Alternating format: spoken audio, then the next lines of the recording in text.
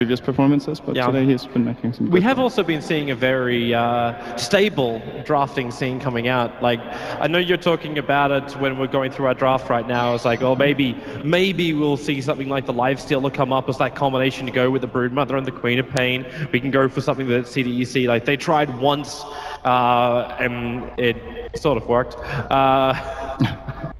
I'm trying to be as polite as I can about that. I would have loved the Lifestealer in this game just because obviously they didn't know the Alchemist was coming from Miracle at that point, but I think it's good against Tiny, it's good against Undying, it's okay against Shaker, and they had a vehicle for it through a Queen of Pain potentially, or by taking it in with the Tusk. There were a lot of ways they could have utilized it, but they might have just lost faith in it after the last game. There is a big standoff right now here inside the Radiant jungle. The shards will fly, they'll separate Moon a little bit. Remember, he's still got that fissure, and they throw it down. Aggressive has to cut through the tree line, but you've got your Avalanche already slowing down Aggressive, and he went Shadow Strike first. There's no blink away. They're gonna get the kill.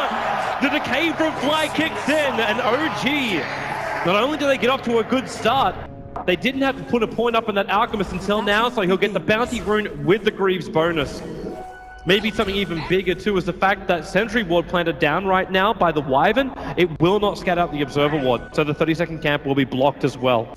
This is where, if you're a CDC, you just don't challenge. They are a very aggressive team by nature, they love fighting, but I'm really surprised they chose to even throw out that Shadow Strike. They have a Broodmother at the top rune, so they know there are only 4 heroes there, and they're level 1. It's way inferior to what OG could throw at them, so they got a freebie there. They get the rune for Miracle, like you said, so that's absolutely crucial for him in order to stand against the Viper in lane. I still think this matchup is Viper favored, even with the Bounty Rune going Miracle's way, but it's a start.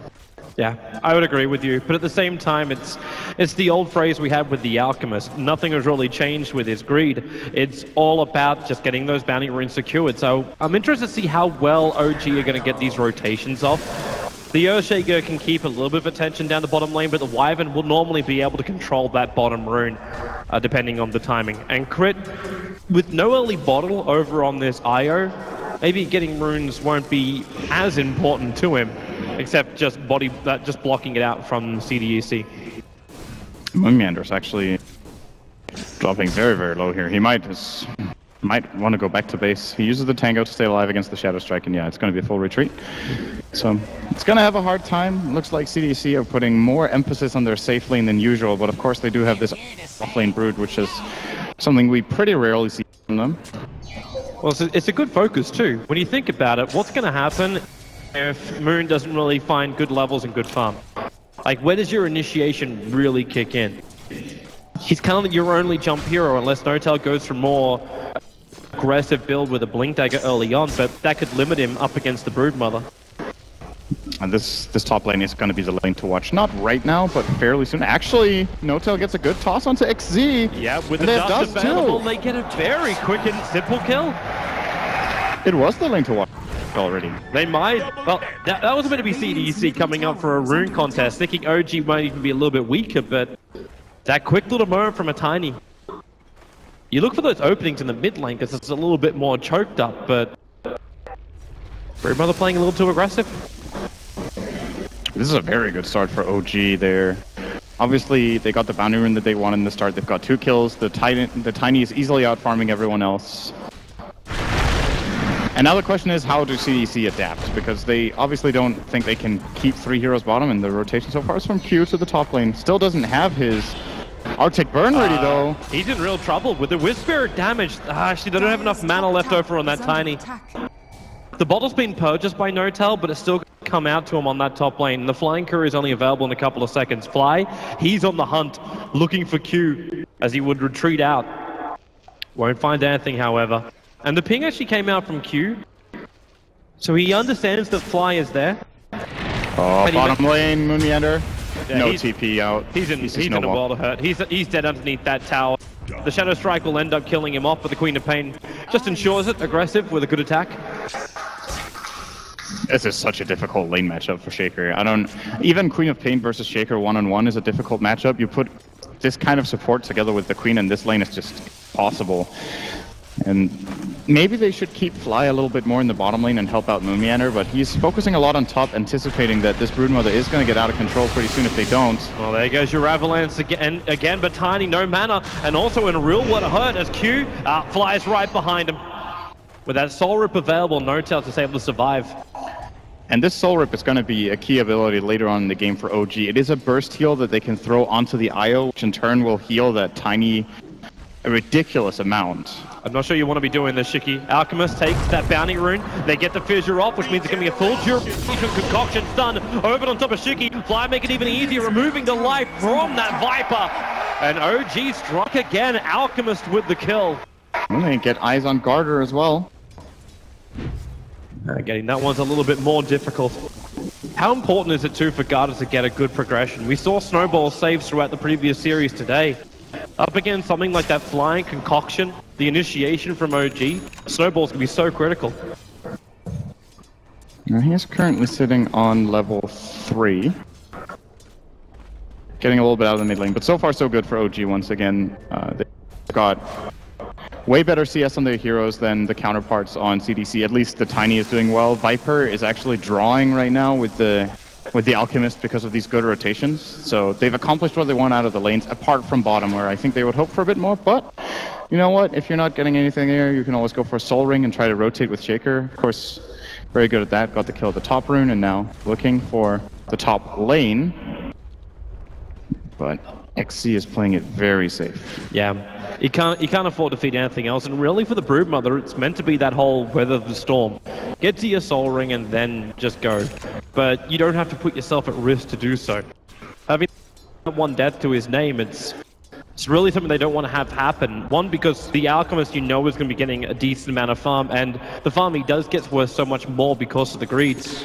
But getting Tiny with a momentum build, that's even more dangerous for them. Because then the split push and the power of OG becomes a lot more real.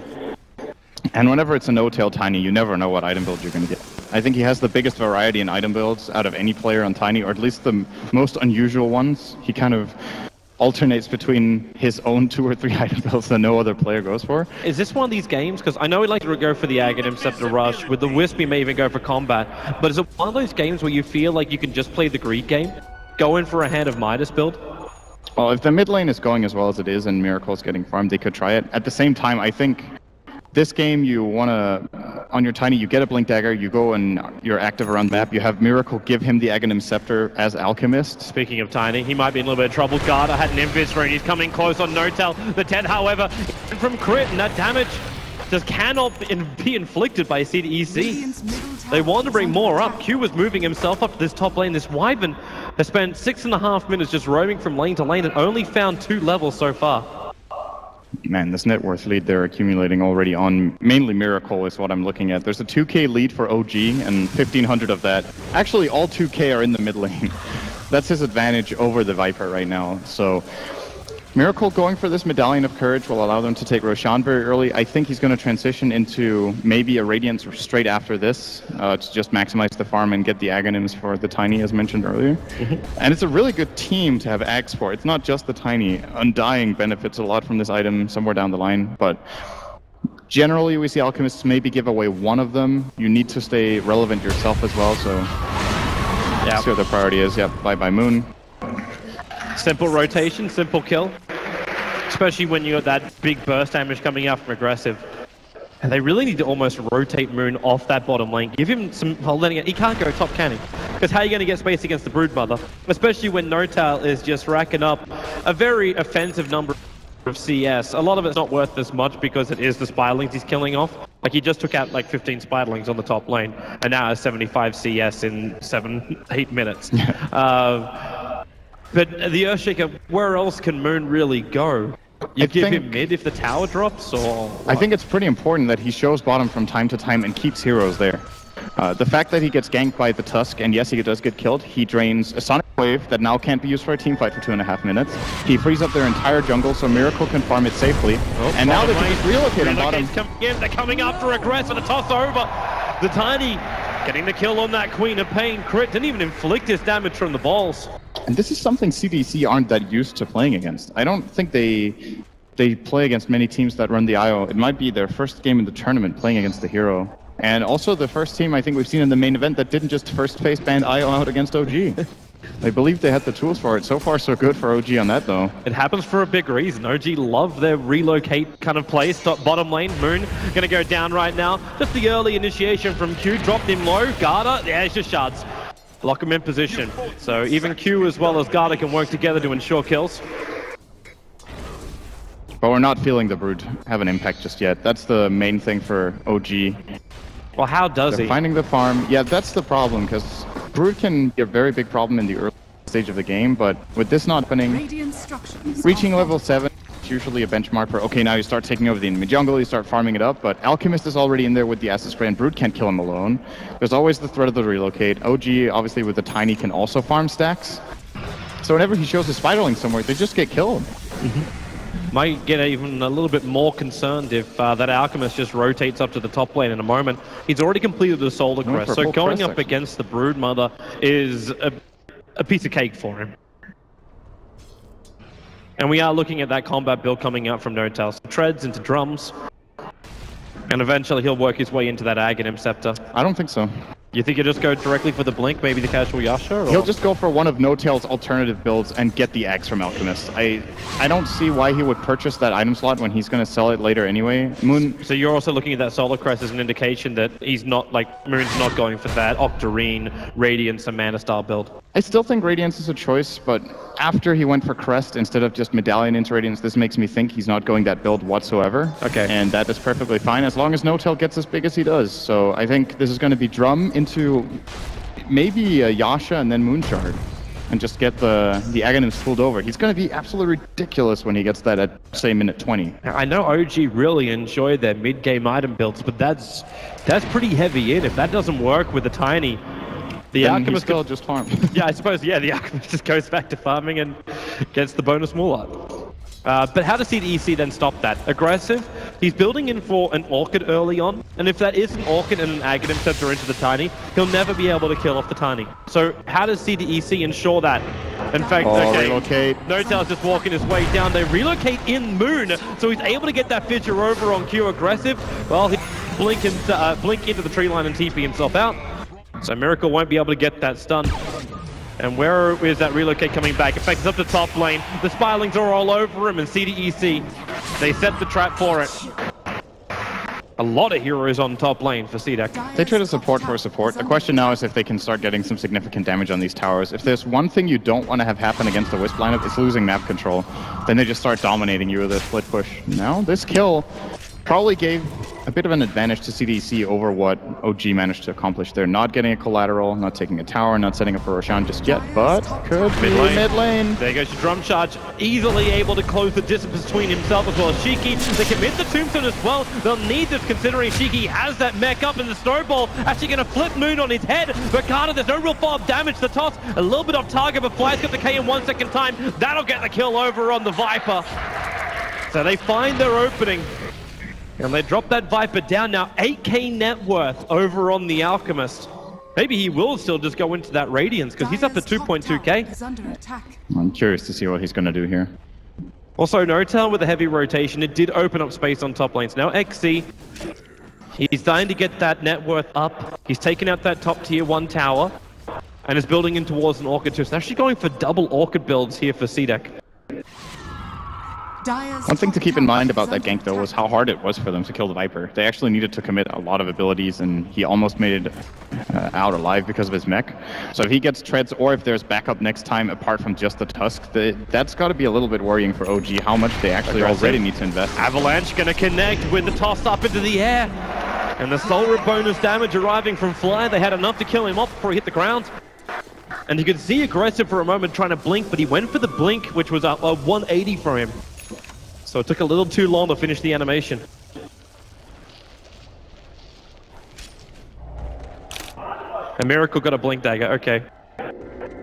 Full aggression. They're relocating up, they understand XC is, well, okay. They're relocating down, I should say. Looking for Q, goes for the curse, and now Tiny as well as Io. They're locked down here. The Avalanche will go, well actually just the toss for the moment, and N0tail TP'd himself out. The Walrus Punch won't arrive in time from Garda to finish the job. That's actually a little bit of a misplay here from Carter. Very unusual for him. Generally, CDC read the situations very well, but that kill is Shiki's. He's got the IO on lockdown there, should be able to solo him, and now they ran out of stuns, so they couldn't get no-tail. The bigger kill that they were setting up for by killing the IO first, and he reads the situation perfectly, just TP's out, acknowledging that, oh, that's money. Realizing that the stuns were, of course, used. I'm kind of surprised, like, you go down there, though. Like, why would you relocate there when you had an Invis Alchemist ready to attack onto a Broodmother, which he got vision off for a bit? They might not have had any detection on their heroes. They had dust on the Wisp. Wisp. Crit had dust, yeah. Yeah, he had dust. It's a bit surprising. Just picking a little bit more of maybe an easier target in their mind. Yeah, because if they start relocating and he realizes it with Brood very quickly, perhaps he can cross into a tree line and not get spotted by the dust, and then they just waste the relocate. It is, of course, pretty telegraphed. When you're playing against the Wisp, you just keep an eye on the minimap all the time. Well, bottom lane, they're getting ready to jump again. This is where the Blink Dagger can work for the Alchemist. Prepares the concoction, blinks, and then gets the instant stun before the Viper can reach the tree line. Queen of Pain's going to be killing off Moon. In the meantime, there's the attack on the Shiki that we keep our tabs on. But the Avalanche toss is a very quick kill. And with the Undying Tombstone in front of the tower, OG can keep this pressure going. Miracle will just tank up the tower. The This is not a good trade for them. They're actually losing their tier 2 tower on top, and the Earthshaker died in front of the tier 1 tower at mid. And Aggressive is putting on quite a bit of pressure in the mid lane too. They do have a glyph, so they're going to force OG to stay here for another 5 seconds, and Aggressive in turn forces their glyph in the mid lane and gets pretty much half a tier 1 here as well. They're actually TPing out. Rotating in. It's an okay trade, I guess. It wasn't as bad as I made it sound. They will be losing this tier 2 tower at some point, so. You wonder too if OG really care about losing as many buildings as they do, because you are running a Wisp Tiny. The ability to take out towers is pretty easy. Crit. Curse over on Crit, and they just ensure the kill on him. This delays the Urn at least, allowing Fly to retreat back out. That's your TP on the other side of the tree line. Dire's middle tower. So CDEC taking whatever they can get. You know, Aggressive, in a lot of other games, he would have just run for that Undying, but he's starting to get scared. Notal just got almost 20 CS off one Avalanche toss combo. But the Viper still, like the tower, he grabs one. And I do think CDC are progressing their game plan very well. This is unusual for OG to be in this position when they're, oh, nice. In mid lane. Yeah, they use not enough.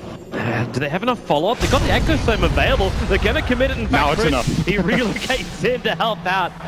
There was this blast going, and Notal once more. Maybe he can toss Q back. Crit needs this relocate to end in 2 seconds time. He'll actually survive long enough, and Q, the Avalanche, it comes in waves and brings down the Wyvern. Aggressive though is ready to fight this. He's behind with an Invis Rune sitting in the river. You just need a little bit more chip damage on OG to make the Sonic Wave work, but they don't really have it. And then Notal with a blink moving forward, catching out Carter. And Notal, there might have been a little bit of time between the kills, but he still gets awarded the double kill. And now they'll even take the tier 1 tower in mid. Radiant's middle tower has fallen. Is Aggressive actually going to try for this? Radiant's middle tower. They are pinging it out, and they do have the potential for XC to rotate down with an Orchid. He will kill Fly if he moves a little bit further up these stairs, and he is. So being cautious. He's waiting for it right in front. There goes your Orchid, and Fly is dead. It is actually the Aghanim's field coming out from Miracle. He's 1,200 gold away from completing it. Most of it's sitting on the Courier at the moment. But it looks like they are going to increase that Tiny. It puts a lot of pressure on No-Tail to perform. I think this is one of the best heroes this early in the game to give an Aghanims to, and he's going to be out of control for a while. But if they just make 1 or 2 misplays with the Tiny and he loses his farm, you've sacrificed a lot of your Alchemist. Is that when you want to go for more defensive item builds? Like, you know you want to be building into an Assault Cuirass at some point. Is it worthwhile just picking up that plate mail now? Or if you're going to go for Manta style, do you get the ultimate orb? Do you get that extra life? I think Manta would be pretty nice in this game. Miracle, real trouble. He really doesn't want to die now, but he's got no choice. The Wyvern will get the kill. He actually spent his money before death, so he doesn't lose any gold from that death. It's just the fact that CDEC are able to find yet another kill and open up more space inside this dire jungle, giving more space for the Broodmother to work. But Notel's getting ready to fight that mid. Garda sitting right behind him, just going to toss a little creep over. Not going to see anything apart from Ashiki trying to kill it off. Dire's middle tower is under attack. They took about the same damage from that, because No-Tail got hit by Corrosive Skin. I wasn't lying. I wasn't lying when I Yeah, said what was that. it? You looked it up. Corrosive Skin it dealt about the same damage as Viper Strike on average per game for Viper, right? So in all recorded games, Viper Games Strike, or pro games? this is all recorded games like pro games. You're looking at 3,431 damage as an average. You're looking at aggressive, getting... Yeah, he's going to blink himself away from then the what? Fissure. The Fissure from Moon keeps him out. They went in so deep, but then the Curse will keep him out, but N0tail, the task was still completing. Crit will relocate the Tiny. That's a little bit further back, in fact, not a little bit, all the way back to the well to keep him safe, and now Miracle blinks forward. A double concoction done over on Shiki as well as Q. The mech will repair the damage for Crit. He's back to the fight, and well, he's going to tether himself up with Miracle. They push forward. N0tail's already on a double kill at the moment, and he's looking for more. Q sitting behind. He moves forward with a Splinter Blast, but they already tossed Crit forward. He's too far up. Viper's going to find one as this fight really splits out. Q try to keep the rest of OG on the dire side of the river, but N0tail, he's just man-mowing this even when he's getting hit the Cragly. Just keeps sticking aggressive, so low as well, but he'll survive. Barely. This not completely over. Okay, it will be with Miracle TPing out now. The Brute has no way to interrupt him. Man, that did cost CDC a lot, though. They bought back their Queen of Pain and their Tusk, and they ended up with kind of a draw in that fight. And aggressive.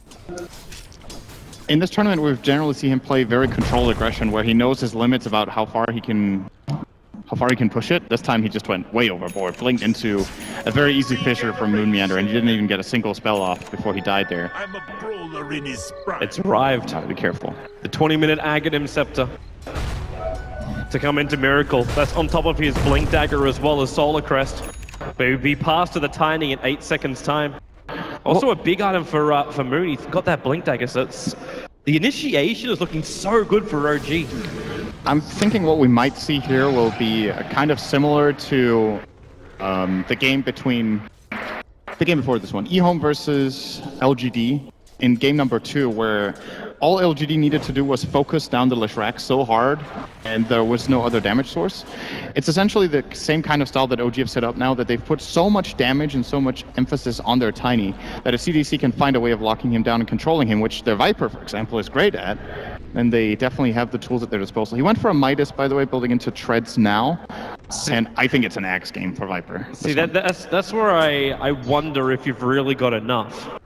As long as Crit holds himself back, you can relocate, save Tiny out. So you commit everything onto the Tiny, which is very difficult to do. Like, you're not going to be able to find that burst damage. It's a Viper. Like, you're not looking at burst damage from him. With the Orchid Sonic Wave from Queen of Pain, with Scream, even that is not going to drop Tiny down low enough. Dire's middle tower is under attack. I'm just questioning if the full focus strat, I can understand the point behind it, but if it's going to be enough to get the kill. I think Broodmother will be the key to do this. If XC goes for the kind of build that we've seen from Mag in the past on Brood, where he goes for BKB and then into Deso and perhaps either a Daedalus or a Cuirass, the Broodmother starts hitting really hard. This ultimate gives 120 damage on level 3. So the damage output you can have in these fights if you're free to go is extremely high. And that's one thing OG lack in their draft. They don't have a BKB counter. It's true. Okay, CDEC really need to get a Monkey King buff. Like, you might be talking about the Aghanims game for the Viper, but you've already got a Solar on the Alchemist, and now you're getting a Butterfly build arriving for N0tail. Yeah, it's for sure that OG will be looking toward Roshan soon. They keep sending in Spiderlings here for CDC, but it's just a matter of a few seconds OG need to be off the radar to be able to claim this with, of course, the Acid Spray and N0tail's massive damage output going into that Butterfly. And they can even use the Undying Ultimate Flesh Golem to help out, and the Tombstone. Plenty of options for OG. They just need to get their lanes under control. Okay, aggressive, chipping away at N0tail. Doesn't want to take that risk of N0tail blinking forward, so needs to also keep that Shadow Strike out. It's too easy for that Queen of Pain to die at the moment. She's not walking around with an easy buffed up Aghanim Scepter that was gifted to her, so she has to do it the old-fashioned way. And you look at the economy, you're thinking, okay, this Tiny is ridiculously big, right? He's been pulled an Aghanim Scepter, he has 8 kills, 23 minutes in. This is the kind of stereotypical game where right now OG are ahead by 10,000 gold. In a lot of their previous matches they've played with Tiny, especially in online tournaments, they're 1,500 gold ahead. They've sacrificed the Alchemist for it, and CDC are out farming them. They're actually behind in experience too. Like, that's almost up to 3,000 going the way of CDEC, so OG Like the way they win with this game, with this lineup, is just by being really aggressive. You push down through the tier 2, tier 3 towers, and you force CDEC to fight you in an unfavorable position. And the Tiny, you're still running a 3-blink lineup. Fly's about to complete up this mech of his. And with an Aegis to the Immortal also in the hands of, I don't even want to give it to the Tiny at this point. You almost want to give it to somebody else because Tiny is just so damn big already. But they are going to give it to N0tail. I'm wondering how CDEC really fight this. Like maybe the option is just don't. Yeah. Just so split too. push the entire time. They just need to delay the game a bit. They went for a Midas on Viper. That sets a very clear game plan for you where you're not interested in fighting. They're closing in on the BKB on Brood. If you're OG on the other hand, you want to find a way of activating your Alchemist now. You went for this Blink fight-oriented build with Solar Crest and pulling the eggs over. Miracle has to find a way to become a threat as well. Well, how does he do but that? It's hard to get out on the map. Like, what build do you go for at this point? Do you still go back into your old Radiance build when you're 24 minutes into the game? I don't think so. That's the build if OG want to slow the game down, but if that was their game plan in the first place, you should have got it earlier. OG are doing OG things. They're building for early game, and it looks like it's going to be a Vladimir's offering as his next major item. So it's all about the group up, push together as OG. They want to end this game before we hit 40 minutes. That's the goal right now for OG. If these Spirelings wait a little bit longer, they're actually trying to kill off Crit. They may get the Courier, and the Courier goes to the tree line. Let's get the rest of the Butterfly on it. And the fact they just send the Courier back now, OG. Very good awareness here from OG saving that Courier. It's probably Crit working it out. Might also be worth picking up a gem as well. That was what I was going to say. I'm sorry, Sin. Sorry. It's a bit surprising that they're not getting a gem. OG, I think, are in a position right now where they feel pretty confident and comfortable with the way the game is going. They obviously can't see the graphs. If they could, they might be a little more worried. But in this position, if you want to play aggressive, you need to get rid of these wards and find a way for your Tiny to get into the fights. But they keep letting the Spiderlings split push. They keep giving CDC more map control than I think they need to give them right now. It's kind of funny when you say things like that, because you look at OG's lineup and the Wisp is still fairly strong. So why don't you just throw the Wisp and Tiny onto one lane and push with the other three? And split CDEC. Tiny starts attacking now into the mid lane. N0tail actually gonna be careful. The shards have blocked him in the tree area, and he may just burn this Aegis Immortal without anything. The Fissure keeping Q off. And actually, it looks like he will be okay with Crit arriving. OG took a little longer to get there, and maybe that's one of the reasons why. Get isolated for a little bit, and that Tiny not as tanky as you'd think. And in fact, are they gonna... Yep, it's gonna be a relocate. They're going up to top lane. They're looking for that kill over on Shiki. Shiki just attacking into the IO straight away, but the damage output, Crit needs a little bit more regeneration. But it looks like it'll end up being a 1-for-1 trade, but it's a Viper for a Wisp. So favorable for OG.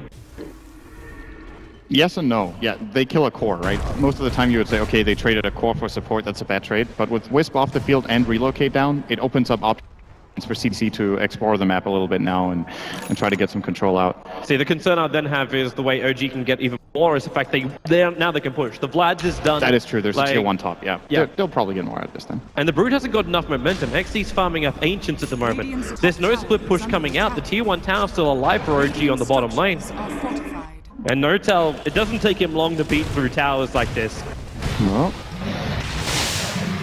CDC look like they don't want to let him have it for free. They want to burn at least the Aegis. Well, they will be able to do that. N0tail cleaning up most of the way for that and aggressive. Actually triggered his BKB after the Aegis Immortal's gone. Concoction not being prepped just yet by the Alchemist. And in fact now, well, N0tail, how much damage has he got? The rest of OG, they're coming in. Here's your Concoction start onto aggressive, combining with the Ecrosame, followed on Fissure. Aggressive as well as Garda. They're going to die almost instantly. The Glimmercake keeps Garda alive on sub 20 life. OG's already found the 2 kills. N0tail surviving after the Aegis burn. Garda will TP out safely, but Shiki's in more trouble. The chase keeps coming from OG. They're all on that Viper. 3 heroes down, the 3 cores for CDEC. And this is on top of now the tier 1 and soon to be tier 2 tower. Yeah, this could be Rax. It is Rax. Like, what are you going to do? You've lost your 3 cores for 30 seconds against a Tiny this big already. I think it's going to take some absolutely miraculous play out of these two supports for CDC to the base right now. If OG are just gonna, they're actually gonna go back. They're scared of the buyback, so it's CDC get away. They don't get away with murder, but they could have been killed way harder.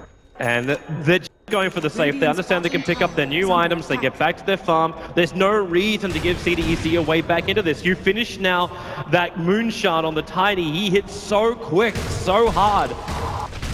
Yeah, that's without overcharge right there. It's pretty scary. I want to point out about that fight. Aggressive, like you mentioned, he popped his BKB early. He was scared of getting comboed by Tiny, so it is understandable. But then the bigger mistake in that fight from him is that he didn't get Sonic Wave off. He got a little bit greedy. He wanted to wait until more heroes grouped up, and then his BKB expired. And when he was about to Sonic Wave, Moon immediately identifies the opening, goes in for a great 2-hero Echo Slime follow-up, and they just clean up the fight from there. There's also such patience from OG. The fact that Tiny was down so far away from the rest of his team, after the Aegis Immortal goes, he finds himself moving towards the Radiant base, and OG, they waited so long. That's why I look towards Miracle, I'm like, okay, it should be Concoction Blinking now, right? No, it's a 5 to almost 10-second wait, letting the Tiny tank up any more of the control that CDEC had. And in fact, Tiny, looks like we're going to be building into what I can only assume is a Satanic for him. There's no reason to have a casual Morbid Mask. See, can they even kill him? You don't have the burst Mask of damage.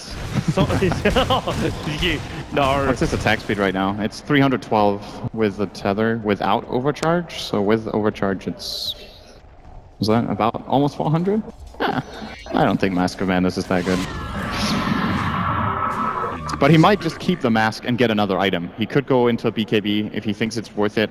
It's probably not the choice in this game, so maybe you just keep the Morbid Mask and you get a damage item first, and then Satanic later. That's an option. But he might also want to have that strength of the Satanic now. Oh, it's definitely a good item. Blink up, XZ. There's no detection. No gem. The question is asked again, where is the gem for OG? It's like Pocket changed to an Alchemist. But then again, Miracle has sacrificed himself so hard in this game. But he's still sitting at the second highest net worth on the field. Obviously dwarfed by this 22,000 net worth Tiny. Fissure from Moon Meander tried to steal a little bit away there. I think he got 2 Spiderlings. Something. Worth it. I mean, why not? Well, looks like OG's going to group up again. It's a very clear game plan, though, here from CDC. They've got 3 BKBs, they've got a Glimmer Cape on the Tusk, and of course the Wyvern is a great pick against Tiny in general. All that physical damage you can block with Embrace, you can curse him to his IO, or vice versa is generally better than Tiny just kills IO very easily.